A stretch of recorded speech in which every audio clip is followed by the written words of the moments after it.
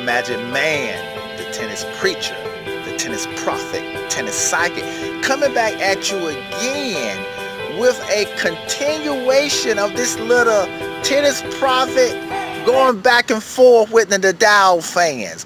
Now, one of the, I don't think this guy was a Nadal fan, but he made a comment. He said that he don't believe I should lower myself down to the Nadal fans' argument.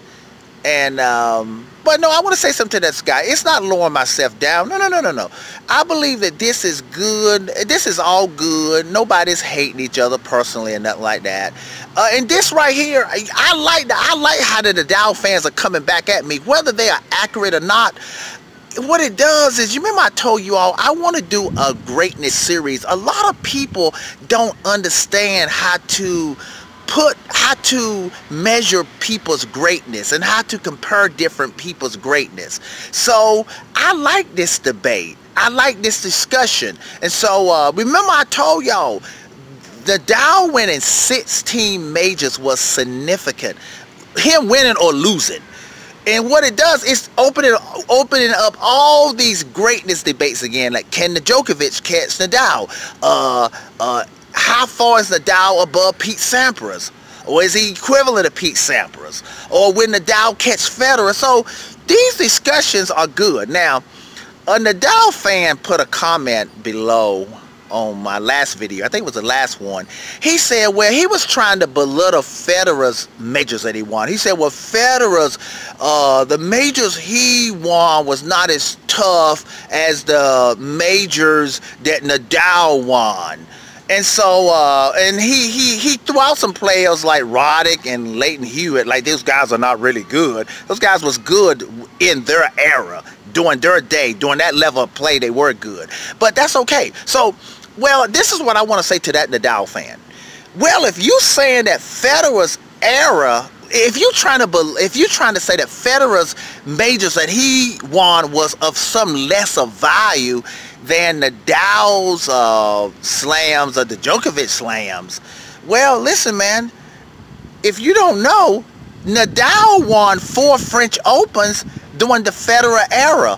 So are you going to say, and Nadal played the same opponents that Federer played during that era. So are you going to say, well, because Nadal's opponents were not as good as they are now, which I don't totally buy that. I don't buy that. So are you going to say that Nadal's 4 majors that he won between 2004 and 2008 was of lesser value? I assume you're saying that if you're saying that about Federer. So once again, know what you're talking. When you start talking about this greatness thing, you got to really be fair and measure this thing really well. Now, another thing he said here is that Nadal, he said Nadal was able to play in a tougher era. He won more of his majors in a tougher era than Federer. Okay, I understand his point there.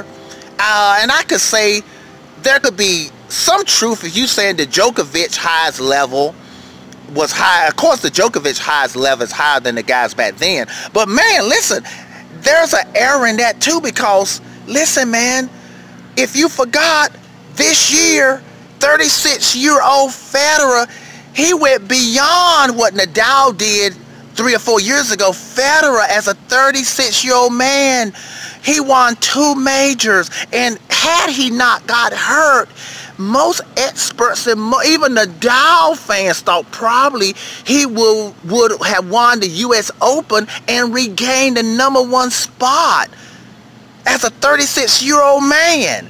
So, bro, listen, I mean, I understand where you're trying to come from with your argument, but bro, if you want to say who's really come back in top, it's Federer this year. And he beat Nadal in the Australian. He beat Nadal in Indian Wales. He beat Nadal in Miami as an older guy. So what do you think about that guy?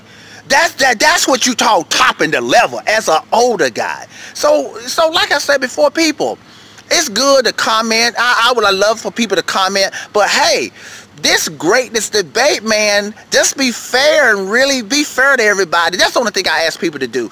If you want to say this person is greater than this person, just make sure you're not being disrespectful or unfair to the other person. And we know for a fact, man, for Federer to do what he's done, that's why most people think he's the greatest of all time.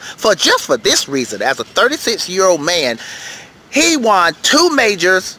And listen, like I said before, had Federer not gotten hurt, he probably would have won the U.S. Open, probably. Okay, people. Tennis prophet, tennis preacher, tennis psychic, tennis pastor, signing off. Have a nice day. What?